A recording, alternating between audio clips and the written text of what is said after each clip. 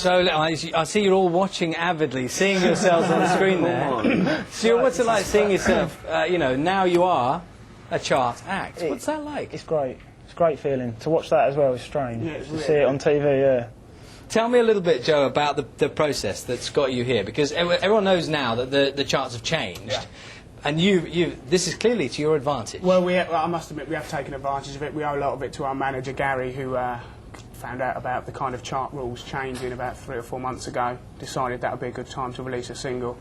Obviously, it's not just the case of kind of going on the internet, getting people to download it. We've worked hard. We've had to go around the country touring to build up this fan base. But we knew the chart rules were going to change. We knew we had the fan base, so we thought, let's give it a go. And is it, Ollie, is this because your fans are kind of internet savvy? I mean, they're into downloading that kind of thing. Is that why you've done so well out of it?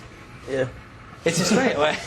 You're the one who doesn't I don't know talk what's going on. He's the quiet one. I didn't even know we was coming. But well, that's all right. You're here now, so enjoy yourself. I'm loving it. Is it the case then that I see in the chart that you've beaten, for example, Jarvis Cocker? I think is beneath you And in the chart, Dogg.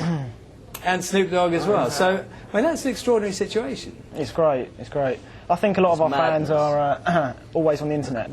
Always on the internet. Always looking to buy. You know, looking to look at new bands, sort of thing, and we're always on there trying to promote ourselves. So were you cajoling people to download it because you knew you could Get them in a headlock and coercing them? come on. Yes, yeah. And what's going to happen now? I mean, this, in a way, I suppose this is just a start for you. Hopefully you're going to capitalise. I'd like to think so. It's hard to tell. But, yeah, obviously, we'd like to say this is the lowest we're ever going to be in the charts from now on, and it's on the up from here. And will you sort of... I mean, the whole point is now, obviously, people will know you, so more people will download. So it might work like that. Presumably, there are lots of other bands of similar era to yourselves, new bands who have the same kind of fan base. There are a lot of good bands out there with good songs that record labels probably wouldn't touch because they're too scared, to be totally honest, who will now make use of these new chart rules and hopefully get themselves a good name. And I think okay, and just one last one. I mean, you do have a kind of manager and stuff, so it's not like you've done this literally from your bedroom or something, is it? It's not quite like that. No, well,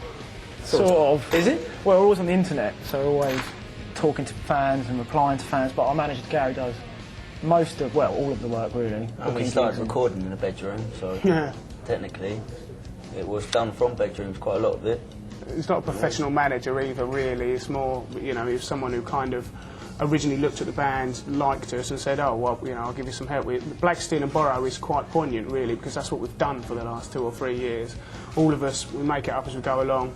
We don't really know what we do. We just, say we do our best. Really. Well, look, I wish you all well. Thank you very much for coming this evening. I'm sure it's going to go well for you. Thank you very much.